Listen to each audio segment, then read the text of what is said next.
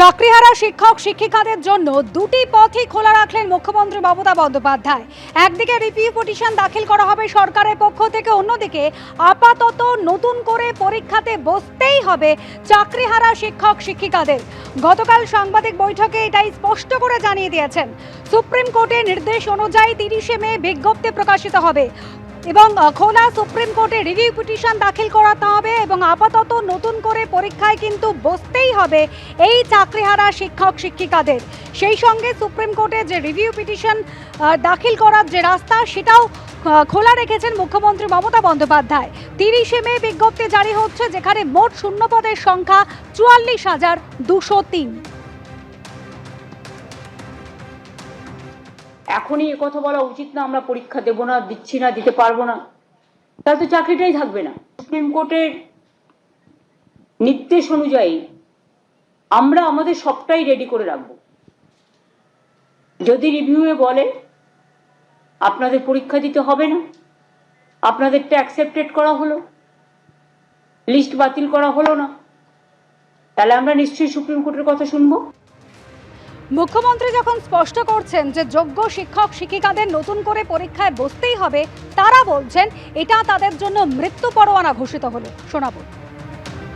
যোগ্য শিক্ষক শিক্ষিকা এবং শিক্ষাকর্মীদের জন্য একটা মৃত্যু পরোয়ানা উনি আজকে আমাদের জন্য ঘোষণা করলেন। আমরা কখনো চাইনি নোটিফিকেশন দিক, কিন্তু আজকে আমরা ওনার মুখ থেকে শুনলাম নোটিফিকেশনের বার্তা। বিশেষ করে উনি যে সুপ্রিম কোর্টের জাজমেন্টের কথা বললেন, সুপ্রিম কোর্টের জাজমেন্টে এত ডিটেল নোটিফিকেশন দেওয়ার কথা বলা হয়নি। সুপ্রিম কোর্টের নির্দেশ অনুযায়ী রিভিউ পিটিশন দাখিল করা হচ্ছে, পাশাপাশি পরীক্ষা যে ব্যবস্থা করা সেটাও করা হচ্ছে, এই কথা জানিয়ে দিয়েছেন গতকাল মুখ্যমন্ত্রী। শিক্ষক শিক্ষিকা গ্রুপ সিডি যারা সুপ্রিম কোর্টের আদেশ অনুযায়ী আপনারা প্লিজ অপশন 2টাকেও কাজে লাগান, অপশন 1টাকেও কাজে লাগান। অপশন 1 যদি হাত থেকে বেরিয়ে যায়, তারপরে যদি অপশন 2 রিভিউ করে আমরা যদি বিচার না পাই, তাহলে কিন্তু আপনাদের আর সুযোগ থাকবে না চাকরিটা ফিরে পাওয়ার। মুখ্যমন্ত্রী রিভিউ পিটিশনের রাস্তা খোলা রাখলেও আইনজীবীরা কি করছেন, কি মনে করছেন তারা, দেখুন। রিভিউ এর স্কোপ এই মামলায় খুবই কম। 3টে সংস্থা, রাজ্য সরকার, স্কুল সার্ভিস কমিশন এবং West Bengal board of secondary education, 3টে সংস্থা দিয়ে দেওয়ার পরে এখানে আর কিছু থাকে না। এখানে পরীক্ষা নিতেই হতো। যাদের টাকা ফেরত দেওয়ার কথা বলা হয়েছে এবং যারা চাকরি হারিয়েছেন তাদেরও কিন্তু পরীক্ষা দেওয়ার কথা বলা হয়েছে এবং তারা চাইলে অন্যান্য দপ্তরেও যোগ দিতে পারেন, স্পষ্ট করেছেন মুখ্যমন্ত্রী।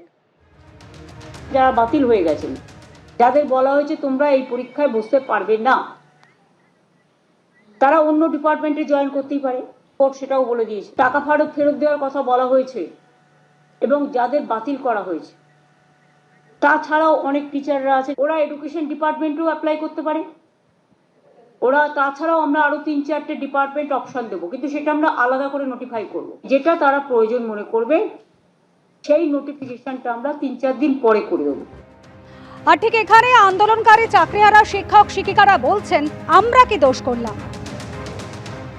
যারা টেন্ডার ওনাদের ক্ষেত্রে উনি বললেন যে অন্য পদে দেওয়া হবে, তাহলে আমরা কি দোষ করলাম?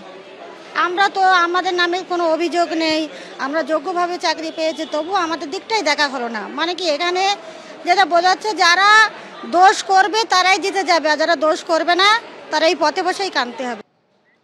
মুখ্যমন্ত্রী মমতা বন্দ্যোপাধ্যায়ের যে মন্তব্য, সেই মন্তব্য নিয়ে প্রশ্ন ছুড়ে দিয়েছেন বিরোধীরা। সমস্ত ফাঁকা আওয়াজ, যে আশ্বাসগুলো উনি দিয়েছেন সেগুলো নিয়ে আবার একটা মামলা হবে, আবার এদের ভাগ্য বিষবাও জলে চলে যাবে, কারণ একটা সিস্টেমের বাইরে গিয়ে সরকার এ কাজ করতে পারে না। দুর্নীতিগ্রস্তদের কেন তিনি নামের তালিকা বার করছেন না? কেন আজ পর্যন্ত রাজ্য সরকার, পুলিশ, ডিডি, গোয়েন্দা বিভাগ, এই যে দুর্নীতি, সবাই বলছে দুর্নীতি হয়েছে, এত টাকার লেনদেন হয়েছে, একটাকেও ধরতে পারলো না, কেন শাস্তি দিল না, কেন একটা তদন্ত হলো না? চিটফান্ডের মতো সবটা তিনি ধামাচাপা কেন দেওয়ার চেষ্টা করছেন? আর এর আগে 7ই এপ্রিল নেতাজি ইন্ডোরে সভা করেছিলেন মুখ্যমন্ত্রী মমতা বন্দ্যোপাধ্যায়। সেই সভা থেকেও অযোগ্যদের উদ্দেশ্যে বার্তা দিয়েছিলেন মুখ্যমন্ত্রী। আগে যোগ্যদেরটা হয়ে যাক, বাদ বাকি যারা থাকবেন, যাদের অযোগ্য বলা হচ্ছে তাদের বিরুদ্ধে কি কি এভিডেন্স আছে আমি দেখব। সেকেন্ড ফেজ, কাকে অযোগ্য বলেছে, কেন বলেছে, কি কারণে বলেছে, কোন এজেন্সি তদন্ত করেছে, কি কি কাগজপত্র আছে, টোটালটা দেখব।